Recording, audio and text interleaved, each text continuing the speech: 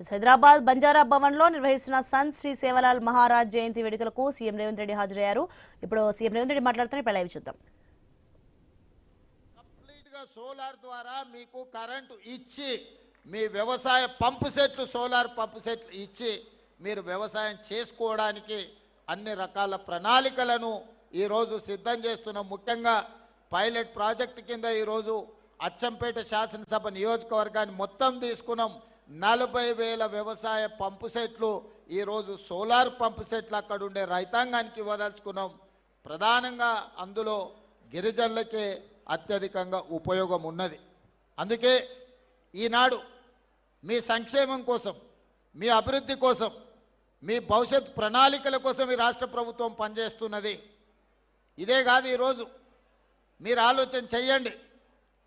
ఆనాడు తెలంగాణ రాష్ట్రం వచ్చిన తర్వాత 10 సంవత్సరాలు పేదలకు రేషన్ కార్డు ఇవ్వడానికి కూడా ఆ ప్రభుత్వానికి చేతులు రాలే. కానీ నేను బాధ్యత చేపట్టిన తర్వాత పేదవాడి గుర్తింపు, పేదవాడి గౌరవం, పేదవాడి సంక్షేమమే రేషన్ కార్డు. ఆ గుర్తింపు, గౌరవం, సంక్షేమం ఇవ్వాల్సింది ప్రాథమిక బాధ్యత రాష్ట్ర ప్రభుత్వానిదే. అందుకే లక్షలాది రేషన్ కార్డులు పేదవాళ్లకు అందించిన చరిత్ర, అందులో ముఖ్యంగా లంబాడ సోదరులకి అత్యధికంగా ఈరోజు రేషన్ కార్డులు అందుకునే విధంగా ప్రణాళికలు సిద్ధం చేసి వాళ్ళకి ఇచ్చినాం. రేషన్ కార్డు ఇచ్చి వదిలేయలే. ఇంతకుముందు మా బలరాం నాయక్ గారు చెప్పినట్టు ఆనాడు దొడ్డు బియ్యం ఇచ్చేది. దొడ్డు బియ్యం ఇస్తే మా లంబాడ సోదరులు తీసుకెళ్ళి బర్లకు దాన పెట్టేది. ఎన్నడూ వాళ్ళు తిన్న సందర్భమే లేదు. లేకపోతే రేషన్ షాపోడే బయట నుంచి బయటనే అమ్ముకునేటోడు. అందుకే ఈ విధంగా మాఫియాగా మారి మిల్లర్లు, దళారులు దోసుకుంటున్నారు. పేదవాడ ఆత్మ గౌరవంతో బతకాలి అని అంటే సన్న బియ్యం ఇవ్వాలి అని ఈరోజు తెలంగాణ రాష్ట్రంలో 3,17,00,000 మంది పేదలకు సన్న బియ్యం ప్రతి మనిషికి 6 కిలోల బియ్యం ఇస్తున్నాము. ఈరోజు పెద్దలు తినడమే కాకుండా వాళ్ళ సంటి పిల్లలకు కూడా ఈ సన్న బియ్యం వండి ఈరోజు ఆ పిల్లలకు భోజనం పెడుతున్నారు. నేను ఒక గిరిజనుడి ఇంటికి భద్రాచలంలో వెళ్ళి స్వయంగా బియ్యంతో వండితే ఎట్లా ఉంటుందో ఆ గిరిజనుల ఇంట్లో కూర్చొని నేను భోజనం చేసి వచ్చిన. ఎందుకంటే మనం ఇస్తున్న బియ్యం సరైన విధంగా ఉన్నాయా లేవా అని. ఈడ ఇంతమంది మా గిరిజన సోదరులు ఉన్నారు. 90% మీకు అందరికీ సన్న బియ్యం వస్తున్నాయని నేను భావిస్తున్నా. ఈరోజు అందరూ సన్న బియ్యం తింటున్నారు. దీనివల్ల 2 ప్రయోజనాలు. రాష్ట్ర ప్రభుత్వం మీకు సన్న బియ్యం ఇవ్వడం వల్ల సన్న బియ్యం రావడమే కాదు, అంతకుముందు సన్న బియ్యం 60 రూపాయల కేజీ ఉండే మార్కెట్లో ఇవాళ 45 రూపాయలకు తగ్గింది. ఎవరైనా కొనుక్కోవాలన్నా కూడా ధర తగ్గి ఈరోజు పేదలకు సన్న బియ్యం కూడా అందుబాటులోకి వచ్చినాయి. ఇదే కాదు, వ్యవసాయ భూములు ఉన్న వాళ్ళకు ఉచిత కరెంట్ ఇచ్చినాం. నేను పాదయాత్రకు పోయినప్పుడు పేదలు మా దగ్గరకు వచ్చారు. పట్టణ ప్రాంతాలలో ఉన్న పేదలు నా దగ్గరకు వచ్చి చెప్పినారు, భూమి ఉన్నవాడికే ఉచిత కరెంట్ ఇస్తున్నావు, మరి మేము పేదవాళ్ళం మా ఇంటికి బిల్లులు కడుతున్నాం కదా అని. అందుకే ఈనాడు పేదవాడికి కూడా 200 యూనిట్లు ఉచిత కరెంటు ఇవ్వాలి అని ఈరోజు రాష్ట్ర ప్రభుత్వం తీసుకొని 2 సంవత్సరాల నుంచి అమలు చేస్తే 51 లక్షల పేదల కుటుంబాలు ఈరోజు 200 యూనిట్ల ఉచిత విద్యుత్తును ఈరోజు వాడుకుంటున్నాయి. ఇక్కడున్న చాలామంది గిరిజన కుటుంబాలు, లంబాడ కుటుంబాలు, దళిత కుటుంబాలు ఈరోజు 200 యూనిట్ల ఉచిత విద్యుత్తును గ్రామాలలోనే కాదు పట్టణాలలో కూడా ఇవాళ మీ కరెంటు బిల్లులు మిగులుతున్నాయి. ఈరోజు ఈ విధంగా పేదలకు, ముఖ్యంగా మా ఆడపడుచులకు, గతంలో అమ్మగారింటికి వెళ్ళాలన్నా, అమ్మవారిని దర్శించుకోవాలన్నా ఇంటాయనను లేకపోతే కన్న కొడుకు దగ్గర చేయి ఆపే పరిస్థితి. వాళ్ళు దసరా పండుగకు అడిగితే ఉగాదికి వదిలే ఏం తొందర ఉంది, ఏం మునిగిపోతుంది అని అంటే బాధపడేటోళ్ళు. అరే అమ్మని చూసొద్దామంటే బస్ కిరాయి లేని పరిస్థితులు అని. కానీ ఇవాళ ఈ 2 సంవత్సరాల డిసెంబర్ 9, 2023 నాడు మొదలుపెట్టినాం. 2 సంవత్సరాల 2 నెలలు పూర్తయింది. 9,000 కోట్ల రూపాయలు ఈరోజు ఆడపడుచులకు ఆర్టీసీలో ఉచిత బస్సు ప్రయాణానికి రాష్ట్ర ప్రభుత్వం ఖర్చు పెట్టింది. ఇక్కడ ఉన్న మా ఆడపడుచులందరూ, మీరు ఉద్యోగులు కావచ్చు, విద్యార్థులు కావచ్చు, లేదా సామాన్యమైన మహిళా గృహిణులు కావచ్చు, ఎక్కడైనా ఎప్పుడైనా ఎవరైనా ₹1 బస్ కిరాయి మిమ్మల్ని అడిగినరా? ప్రారంభించిన రోజు నేను చెప్పిన, నేను ఎక్కడికో వెళ్తే ఒక అక్క వచ్చి అయ్యా బస్ ఎక్కితే కిరాయి అడిగితే ఏం చేయాలని, ఏం లేదమ్మా నా ఫోటో జేబులో పెట్టుకో, సూపి మా తమ్ముడు పట్నంలో ఉంటాడు, కిరాయి పైసలు ఆయన ఇస్తాడు తెచ్చుకోపో అని. ఏడ కూడా మీరు చెయ్యి అడ్డం పెట్టే బస్సు ఆపుతున్నారు, మీరు దిగుతున్న కాడ దించుతున్నారు. ఇవాళ కొన్ని కోట్లాది ప్రయాణాలు మా ఆడపడుచులు ఈరోజు ఉచితంగా బస్సు ప్రయాణం చేస్తున్నారు. ఇదేగా స్వయం సహాయక సంఘాలతోటి ఈరోజు మీరు బస్సులో ఉచిత ప్రయాణమే కాదు, ఈ సంఘాలకు 1000 బస్సులు ఇచ్చి మీరే ఆర్టీసీకి బస్సులను పెట్టేటట్టు ఆర్టీసీ యజమానులను ఆడపడుచులను చేసినాము. సహాయక సంఘాలలో ఉన్న మహిళలకు ఈరోజు ఉపయోగమైంది. సోలార్ బిజినెస్ అంటే, సోలార్ విద్యుత్ ఉత్పత్తి అంటే ఒకప్పుడు అదానీ అంబానీల గురించి చర్చించేది. ఈరోజు తెలంగాణలో ఉన్న ఆడపడుచులకు 1000 మెగావాట్ల సోలార్ విద్యుత్ ఉత్పత్తి చేసే వ్యాపారాన్ని ఈరోజు ఆడపడుచులకు అందించినాం. అందులో గిరిజనులకు ప్రధానంగా ప్రయోజనం జరిగింది. ఇదే కాదు, హైటెక్ సిటీ అంటే ఇన్ఫోసిసో, మైక్రోసాఫ్టో, విప్రోనో ఇంకో పెద్ద పెద్ద సాఫ్ట్వేర్ కంపెనీలు అనుకున్నారు.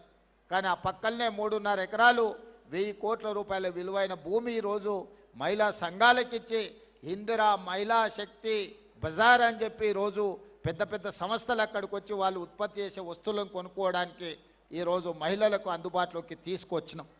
ఒకటొకటిగా పరిష్కరించుకుంటూ వస్తున్నాం. హాస్టళ్లలో ఆనాడు భోజనం ఏ విధంగా ఉండే, ఈరోజు 40% ఈరోజు మీకు ఛార్జెస్, మెస్ ఛార్జెస్ పెంచి కాస్మెటిక్ ఛార్జెస్ ఆనాడు ఎప్పుడు ఇచ్చేదో కూడా తెలీదు. ఇప్పుడు గ్రీన్ ఛానల్ చేసి 200% కాస్మెటిక్ ఛార్జెస్ 21 సంవత్సరాల తర్వాత ఈ ప్రభుత్వంలో పెంచి మా ఆడపడుచుల కాస్మెటిక్ ఛార్జెస్, మా పిల్లలకు చదువుకునే వాళ్లకు ఇంటి దగ్గర అమ్మనో నాయననో అడగాల్సిన పని లేదు. సబ్బు కోసమో చిన్న చిన్న పౌడర్ కోసమో కూడా తల్లిదండ్రుల మీద ఆధారపడే పరిస్థితి ఉండే. అందుకే 200% కాస్మెటిక్ ఛార్జెస్ పెంచి ఈరోజు ఆడపిల్లల యొక్క ఆత్మ గౌరవాన్ని నిలబెట్టడానికి మన ప్రభుత్వం ప్రయత్నం చేస్తున్నది. ఇదే కాదు, చదువుకున్న పిల్లలు 2011లో గ్రూప్ 1 పరీక్షలు నిర్వహిస్తే 2024 వరకు 15 సంవత్సరాలు మళ్ళీ పరీక్షలు పెట్టలే. మనం వచ్చిన తర్వాతనే గ్రూప్ 1 నోటిఫికేషన్ ఇచ్చి ఇప్పుడే మా రాములు నాయక్ చెప్తున్న మా మేనకోడలు డిఎస్పీ అయిందని. ఈరోజు 563 మంది గ్రూప్ 1 ఉద్యోగస్తులను పరీక్షలు నిర్వహించి ఫలితాలు ఇస్తే ఈ పేదలకు ఉద్యోగాలు వస్తే ప్రశ్నించే గొంతు వస్తుందని దాని మీద అక్రమ కేసులు వేసి హైకోర్టులో అడ్డమైన ఆర్డర్లు తెస్తే బలమైన వాదనలు వినిపించి డివిజన్ కోర్టులో, డివిజన్ బెంచ్లో ఈరోజు పేదలకు అనుకూలమైన తీర్పు వచ్చింది. 563 మంది గ్రూప్ 1 ఆఫీసర్లు ఇవాళ ఆర్డీఓలు, డిఎస్పీలుగా అత్యంత కీలకమైన ఉద్యోగాలు. నేను మొత్తం లిస్టు చూసిన ఎస్సీ, ఎస్టీ, బీసీలకు, మైనారిటీలకు ఎన్ని వచ్చినాయంటే 87% ఎస్సీ, ఎస్టీ, బీసీ మైనారిటీలు ఈ 563 మందిలో సెలెక్ట్ అయినరు. 87% ఈరోజు ఆ రిక్రూట్మెంట్స్తోని పేదలకు లాభం వచ్చింది. Group 2, group 3, group 4 teachers recruitment, doctors recruitment, nursing recruitment, ఈ విధంగా 70,000 ప్రభుత్వ ఉద్యోగాలు ఈ 2 సంవత్సరాలలో ఇచ్చినాం. దాదాపుగా 70,000ల్లో 85% పైగా ఎస్సీ, ఎస్టీ, బీసీ మైనారిటీలకు ప్రభుత్వ ఉద్యోగాలు ఇచ్చినాము. ఒక్కొక్కరి పేరు, ఒక్కొక్క ఊరు వివరాలు ఇస్తా. ఎవరికైనా అనుమానం ఉంటే ఇక్కడున్న చదువుకున్న అధికారులతో పాటు ఎవరైనా నేను చెప్తున్న వివరాల మీద అనుమానం ఉంటే ప్రభుత్వం అధికారికంగా లెక్కలిస్తుంది. మీరు లెక్కబెట్టి చూడండి. ఈ ప్రభుత్వం పేదల కోసం పనిచేస్తుంది. ఈ ప్రభుత్వం పేదల అభివృద్ధి కోసం పనిచేస్తుంది. ఒకప్పుడు భూములుండే, ఇందిరాగాంధీ గారు అగ్రికల్చర్ సీలింగ్ యాక్ట్ తీసుకొచ్చి ఇందిరాగాంధీ గారు లంబాడ సోదరులకి ఎస్టీ రిజర్వేషన్లు ఇచ్చింది. ఇందిరాగాంధీ తెచ్చిన అగ్రికల్చర్ సీలింగ్ యాక్ట్ ప్రకారం జాగీర్దారుల దగ్గర, జమీందారుల దగ్గర, భూస్వాముల దగ్గర ఉన్న లక్షలాది ఎకరాల భూములను తీసుకొని 25 లక్షల ఎకరాలను అసైన్మెంట్ పట్టాల రూపంలో ఎస్సీ, ఎస్టీలకు భూ పంపకాలు జరిగినాయి. ఈనాడిగా పంచడానికి భూమి మిగలలే. మా యువకులు, మా ఆడపిల్లలు జాగ్రత్తగా వినాలి. ఆ పైన ఉన్న వాళ్ళు కూడా, మీ తల్లిదండ్రులు, మీ తాతలు వ్యవసాయాన్ని నమ్ముకున్నారు. మీ తల్లిదండ్రులు, మీ తాతలు తండాలలో, గూడాలలో పేదరికాన్ని అనుభవించారు. మీ తల్లిదండ్రులకు ఇందిరాగాంధీ గారు తీసుకొచ్చిన చట్టం ద్వారా ఇందిరమ్మ ఇండ్లు, పక్కా ఇండ్లు అన్నప్పుడు మీ గూడాలలో, తండాలలో పక్కా ఇండ్లు వచ్చినాయి.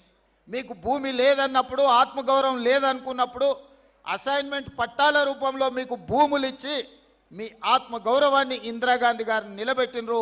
ఇవాళ లంబాడ సోదరులు వాళ్ళ సొంత తల్లిదండ్రులది లేకపోతే తాత ముత్తాతల్ని ఇంట్లో ఫోటో పెట్టుకున్నా పెట్టుకోకపోయినా చాలామంది లంబాడ సోదరులు ఇళ్ళలో పోతే ఇందిరాగాంధీ ఫోటో కనిపిస్తుంది. మా రవీంద్ర నాయక్ గారికి తెలుసు, నేను చూసిన. కానీ ఆనాడు ఇందిరాగాంధీ ఇచ్చినట్టు ఇవాళ మీకు భూములు ఇవ్వడానికి ప్రభుత్వం దగ్గర లేవు. ఇవాళ దళితులకు గిరిజనులకు నా సూచన ఒక్కటే, ఆనాడు ఉన్న పరిస్థితుల్లో కాంగ్రెస్ పార్టీ సంక్షేమము అభివృద్ధిలో ఒక విధానాన్ని తీసుకున్నది. ఆ శకం ముగిసింది. ఇవాళ నిజంగా నాకు మీకు భూములు ఇవ్వాలన్నా ఈ ప్రభుత్వం దగ్గర భూములు అందుబాటులో లేవు. ఇక మీరు భూముల గురించి ప్రభుత్వం ఇచ్చే ఏదో సంక్షేమం గురించి ఆలోచన చేయకండి. ఈ ప్రభుత్వం మీకు చదువు ఇవ్వదలుచుకున్నది. ఈ ప్రభుత్వం మీకు సంక్షేమం కాదు, సంక్షేమంతో పాటు మీకు చదువు ఇవ్వదలుచుకున్నది. నా సూచన ఒక్కటే, ఇక్కడికి వచ్చిన పిల్లలందరికీ చదువుకోండి, బాగా చదువుకోండి. చదువుకోవడానికి ఏం కావాలనో నన్ను అడగండి. మీరు డాక్టర్లు అవుతారా, మీరు ఇంజనీర్లు అవుతారా, మీరు ఐఏఎస్లు అవుతారా, మీరు ఐపీఎస్లు అవుతారా, మీరు ప్రొఫెసర్లు అవుతారా, ఈ దేశాన్ని మీరు ఏలడానికి ఏమవుతారో చెప్పండి, నేను మద్దతు ఇస్తా. మేమేమీ చేయం, ఇంటి దగ్గర ఉంటాం, మాకేదన్నా భూమి సార్, లేకపోతే మాకేదో చిన్న చిన్న వ్యాపారాలు చేసుకుంటాం అనేది వదలండి. లంబాడ సోదరుల చైతన్యం ఉంది. లంబాడ సోదరులకు ప్రపంచం గురించిన అవగాహన ఉన్నది. నేను చెప్పేది ఒక్కటే, యుక్త వయసులో తప్పుదారి పడితే జీవితకాలం బాధపడతారు, మీ తల్లిదండ్రులకు భారం అవుతారు. కానీ ఈ వయసులో కష్టపడితే, ఈ వయసులో మీరు చదువుకొని, చాలామంది ముందు వరుసలో అధికారులు ఉన్నారు. అధికారులు ఎవరున్నా గుర్తించి వాళ్లకు వివిధ శాఖలలో కీలకమైన హోదాలు ఇచ్చిన. ఎందుకంటే ఆ స్ఫూర్తి మీకు రావాలి. అరే మా వాడు ఈఎన్సీ అయిండు, మా వాడు సింగరేన్కి సిఎండి అయిండు, మా వాడు ట్రైకార్కి చైర్మన్ అయిండు, లేకపోతే మా వాడు వివిధ కార్పొరేషన్లకు చైర్మన్లు అయినరు, మా వాళ్ళు ఎమ్మెల్సీ అయినరు, ఎంపీ అయినరు అంటే చదువుకోవడం వల్ల ఈ అవకాశం వచ్చిందని భవిష్యత్ తరాలకు, ఈ యువతరానికి అవగాహన ఉండాలి అని చెప్పి మీ వాళ్లకు వివిధ అత్యంత కీలకమైన హోదాలు నేను ఇచ్చిన. అందుకే భూముల గురించి, అందించే తాత్కాలిక సంక్షేమం గురించి ఆలోచన చేయకండి. మీరు భవిష్యత్తును నిర్దిష్టంగా నిర్ణయించుకోండి. మీరు డాక్టర్ అవ్వాలనుకుంటున్నారా, మీరు ఇంజనీర్ అవ్వాలనుకుంటున్నారా, మీరు లాయర్ అవ్వాలనుకుంటున్నారా, మీరు ప్రొఫెసర్ అవ్వాలనుకుంటున్నారా, ఒక గొప్ప చార్టెడ్ అకౌంటెంట్ కావాలనుకుంటున్నారా, లేకపోతే సినిమా రంగంలో రాములు నాయక్ గారు చెప్పినట్టు గొప్ప టాలెంటెడ్ మంగ్లీలు కాదలుచుకుంటున్నారా, మీరు ఆలోచన చేసుకొని మీరు ప్రొఫెషన్ ఎన్నుకోండి. డైరెక్షన్లెస్గా ఉండకండి. నిర్దిష్టమైన ప్రణాళికను పెట్టుకోండి. దానికోసం ఈ ప్రభుత్వం 100% అండగా నిలబడుతుంది. గత ప్రభుత్వాలు చెప్పినాయి మేము ఎస్టీ హాస్టల్ ఇచ్చినాము, ఎస్సీ హాస్టల్ ఇచ్చినామని. కానీ ఎక్కడైనా ఉండడానికి ఏదైనా వసతి గూడు ఏర్పాటు చేసిండ్రా? కాగితం మీద ఆదేశం ఇస్తే సరిపోదు. అందుకే ఈరోజు ఎస్సీ ఎస్టీ బీసీలకు, మైనారిటీలకు ప్రతి నియోజకవర్గంలో young India integrated residential schools 25 ఎకరాలల్లా 200 కోట్లతోని